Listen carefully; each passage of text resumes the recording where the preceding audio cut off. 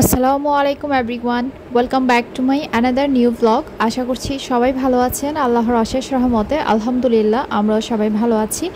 আজকের ব্লগটা হচ্ছে যেদিন আমার আব্বু আসছিল তার একদিন পরের ভিডিও।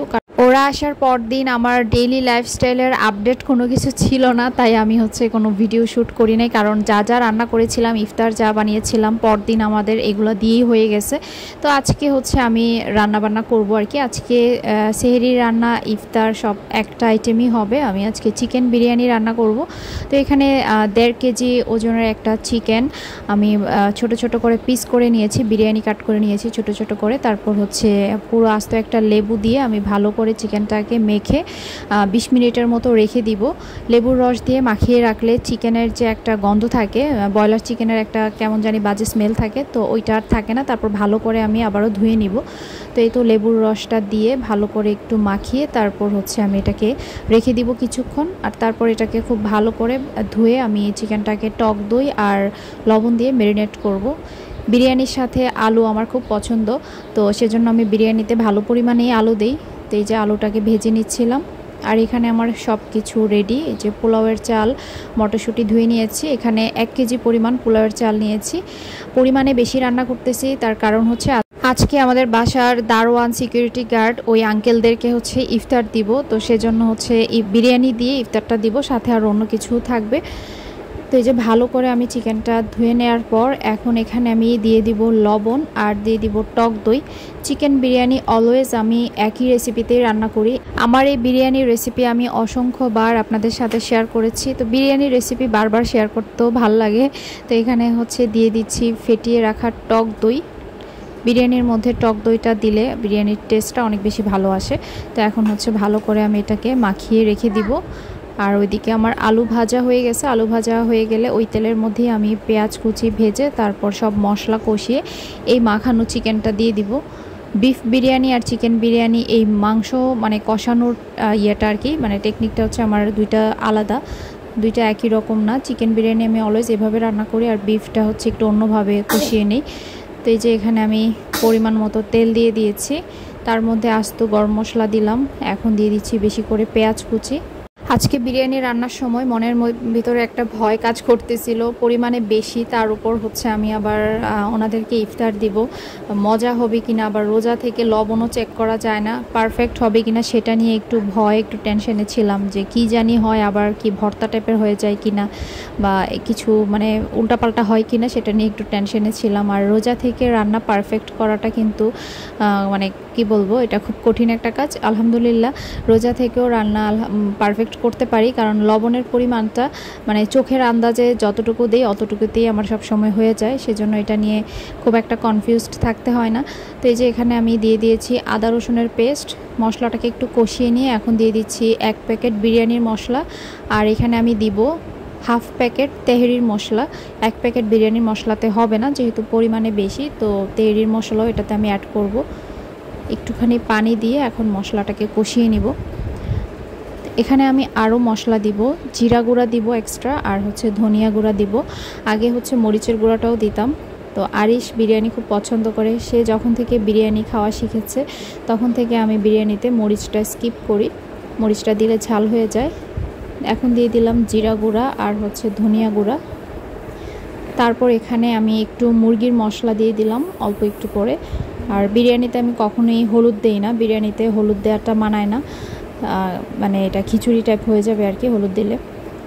তো এখন মশলাটাকে সুন্দর করে কষিয়ে নিলাম। এখন দিয়ে দিচ্ছি আমি টমেটো সস, আর একটা ইনগ্রিডিয়েন্টস দিব, সেটা চিনি। চিনি মাস্ট দিতে হবে, খুব বেশি পরিমাণে না, একদমই হালকা পরিমাণে। তো এখানে মশলার জন্য আমি পরিমাণ মতো লবণ দিয়ে দিলাম। যেহেতু চিকেন মাখানোর সময় আমি লবণ দিয়েছি, ওইটা চিকেনের জন্য পারফেক্ট ঠিক আছে। আর এখানে মশলার জন্য আলাদা করে একটুখানি লবণ দিলাম। আর এখন দিয়ে দিচ্ছি এই যে সামান্য পরিমাণে একটু চিনি। তো দেখতেই পাচ্ছেন তেলটা কিন্তু সেপারেট হয়ে উপরে চলে আসছে। এখন আমি এখানে দিয়ে দিব টক দই দিয়ে মাখানো পুরো চিকেনটা। তারপর এটাকে আমি খুব সুন্দর করে ঢেকে কষিয়ে নিব। বিরিয়ানির মাংসটা যদি হার্ড হয়ে যায়, একদম ভাজা হয়ে শক্ত শক্ত হয়ে যায়, তাহলে কিন্তু বিরিয়ানিটা খেতে মজা লাগে না, আর বিরিয়ানির টেক্সচারটাও সুন্দর হয় না। তো মাংসটাকে এমনভাবে কষাতে হবে যেন এই মাংসটা শক্ত না হয়ে যায়। তো সেজন্য হচ্ছে যেটা করতে হবে, চুলার হিটটাকে মিডিয়াম টু লো হিটে রেখে আমি এটাকে রান্না করব পানি ছাড়ার আগ পর্যন্ত। আর যখন চিকেনটা থেকে পানি ছেড়ে দিবে তখন হচ্ছে আমি চুলার হিটটাকে বাড়িয়ে পানিটা কমিয়ে নিব, তা না হলে তখন আবার দেখা যাবে ওই পানিতে চিকেনটা একদম বেশি সেদ্ধ হয়ে গলে যাবে। তো এই যে আমার বিরিয়ানি রান্নার জন্য চিকেনটা একদম পারফেক্টভাবে কষানো হয়ে গিয়েছে, যতটুকু পরিমাণ সেদ্ধ হওয়ার দরকার অতটুকুই হয়েছে। এতে করে মাংসটা ভাঙবেও না, আর মাংসটা একদমই শক্ত হয় না, একদম সফট ছিল মাংসটা। তারপর এখানে আমি ভেজে রাখা আলুগুলো দিয়ে এই তো সুন্দরভাবে আবারও একটুখানি কষিয়ে নিলাম, কারণ আলুটা একটু সেদ্ধ হতে হবে। তারপর পাশের চুলাতে বড় একটা হাঁড়ি বসিয়ে তার মধ্যে দিয়ে দিলাম তেল আর ঘি। তেল আর ঘি একসাথে মিক্স করে আমি রান্না করতেছি, পরবর্তীতে আমি আবারও ঘি অ্যাড করব। তার মধ্যে দিয়ে দিলাম পেঁয়াজ কুচি আর সামান্য একটু আস্ত গরম মশলা। তারপর চালটা দিয়ে চালের মধ্যে দিলাম একটুখানি আদা বাটা, একটুখানি রসুন বাটা, অল্প করে দিব কারণ চিকেনের মধ্যেও মশলা আছে। তারপর হচ্ছে লবণ দিয়েছি, তারপর চালটাকে খুব ভালো করে ভেজে নিয়েছি। আর চালটা ভাজার সময় আমি তেহারি মশলা থেকে একটুখানি মশলাও চালের মধ্যে দিয়েছি যেন ফ্লেভার আর একটু স্ট্রং হয়। তো এখানে হচ্ছে চালটা ভালো করে আমার ভাজা হয়ে গেছে, নিচ থেকে যেন লেগে না যায় সেটা খেয়াল রাখতে হবে। আর ঘি দিলে নিচ থেকে কখনোই লেগে যায় না, ঘিটা দিয়ে চালটা ভাজলে খুব সুন্দরভাবে ভাজা হয়। তারপর এখানে আমি রান্না করা চিকেনটা দিয়ে ভালো করে আরও কিছুক্ষণ চিকেনের সাথে চালটাকে ভেজে নিলাম, এতে করে মশলাটা খুব ভালোভাবে চালের সাথে মিক্স হয়। তারপর এখানে ফুটন্ত গরম পানি দিয়ে দিলাম, যতটুকু চাল দিয়েছি তার ডাবল পানি দিতে হবে। এটা অনেকে আমাকে আস্ক করে ইনবক্সে বা কমেন্টসেও লিখে যে কিভাবে আমি পারফেক্ট পোলাও বা বিরিয়ানিটা রান্না করি। তো চাল যতটুকু তার ডাবল পানি দিতে হবে, যদি 1 পট চাল হয় পানি দিতে হবে 2 পট। তো এইভাবে হচ্ছে মেজারমেন্টটা করতে হয়। তারপর এখানে আমি কাঁচামরিচ কিশমিশ দিয়ে দিয়েছিলাম। পানিটা টেনে যাওয়ার পর চালটা কিন্তু এইরকম থাকবে, একদম আস্তে আস্তে থাকবে, একটু ভাঙবে না। তারপর যেটা করতে হবে, চুলার হিটটাকে একদমই লো করে রেখে এটাকে ঢেকে রাখতে হবে, ভাপেই হচ্ছে চালটা একদম পারফেক্ট সেদ্ধ হয়ে যাবে। এভাবে করলে হচ্ছে চালটা আর ভর্তা হয়ে যায় না। আর এই যে দেখতে পাচ্ছেন কতটা মানে ঝরঝরা হয়েছে। এখন একটু নিচ থেকে নাড়াচাড়া দিয়ে তারপর ওপর থেকে এখন দিয়ে দিচ্ছি ঘি, কেওড়া জল আর দিয়ে দিব বেরেস্তা। তারপর এটাকে ঢেকে রাখবো। এই তো আমার বিরিয়ানি রান্না কমপ্লিট। আলহামদুলিল্লাহ বিরিয়ানিটা অনেক বেশি মজা হয়েছে, আর সেই সাথে লবণটাও একদম পারফেক্ট হয়েছে। তো যাক, মজা হয়েছে সেটার জন্য আলহামদুলিল্লাহ, কারণ আজকে আমি রোজাদার মানুষকে ইফতার করাবো। তো সেটার জন্য আমার খুব মানে টেনশন লাগতেছিল যে মজা হয় কি না। আলহামদুলিল্লাহ দারোয়ান চাচারা খাওয়ার পর যখন উপরে আসছে প্লেট বোল বাটি এগুলো দেওয়ার জন্য, তখন হচ্ছে মানে বলে গেল আর কি যে খুবই মজা হয়েছে খাবার, আর পরিমাণে অনেক নাকি বেশি পরিমাণে আমি দিয়েছি। 4-5 জন খেতে পারছে ওনারা, নিচে আরও কিছু মানুষ ছিল, তো সবাইকে নিয়ে খেয়েছে। তো যাক আলহামদুলিল্লাহ সবাই খুব মজা করে ভালো মতো খেয়েছে, সেটাতেই আলহামদুলিল্লাহ। তো এখানে আমি হচ্ছে ইফতারের আগে যে শসা, টমেটো, লেবু, পেঁয়াজ এগুলো সব কেটে রেডি করে নিলাম দেওয়ার জন্য আর কি ওনাদেরকে। আর পাশে হচ্ছে খেজুর ধুয়ে দিয়ে দিলাম। তারপর এখানে ফল কেটে নিলাম, তরমুজ, আর ও আসার সময় আনারস আর কলা নিয়ে আসছে, এগুলোও দিলাম। আর এখানে আরিশের বাবা শরবত বানিয়ে শরবতটা বোতলে নিয়ে নিয়েছে। আর তারপর হচ্ছে বিরিয়ানিটাকে বড় একটা বোলের মধ্যে আমি একদম মানে ঠাসা ঠাসা করে চেপে চেপে বেড়েছি যেন মানে মানে ওনারা তৃপ্তি সহকারে খেতে পারে।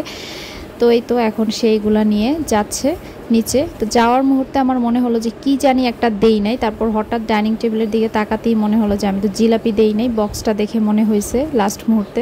তো এখন হচ্ছে জিলাপি দিয়ে দিচ্ছি। তো এখন গিয়ে ও দিয়ে আসবে। তো আঙ্কেলরা আবার বলতেছিল যে সে আবার কষ্ট করে নিচে গিয়েছে, ফোন দিলেই তো ওনারা আবার উপরে এসে নিয়ে যেত। তো আমি বলছি যে ওনাদেরকে আবার ডাকার দরকার নেই, তুমি গিয়ে দিয়ে আসো ইফতারটা। তো যাই হোক, এই ছিল আজকে আমাদের ইফতার আয়োজন প্লাস সেহরির খাবার। তো এখন হচ্ছে আমি আরিশের ঈদ গিফটগুলো একটু শেয়ার করছি, যদিও এটা আমি প্রিভিয়াস ব্লগে শেয়ার করেছিলাম। তো একটু ছবি তোলার জন্য আমি এভাবে করে ওর ড্রেসগুলো সাজিয়ে নিয়েছি, ওর খালামণি যে দিয়েছে। প্রতিবারই ও যখন গিফট করে তো আমি হচ্ছে সুন্দর করে এভাবে সাজিয়ে একটা ছবি তুলে রাখি, আমার কাছে খুব ভাল লাগে গিফটের জিনিস ছবি তুলে রাখতে। তো এখানে আরিশও আমাকে হেল্প করেছে, সে একটা একটা করে জিনিস এনে বলতেছিল মা এটা রাখো ওইটা রাখো। তারপর বলতেছিল মা দেখেছো পূর্ণা খালামণি কত ভালো, আমাকে কত কিছু গিফট করে, আমাকে কত কিছু কিনে দেয়, মানে খুব খুশি ছিল। আর এটা ছিল আমার ঈদের গিফট আমার বোনের পক্ষ থেকে, যেটা আমার শেয়ার করা হয় নাই আপনাদের সাথে।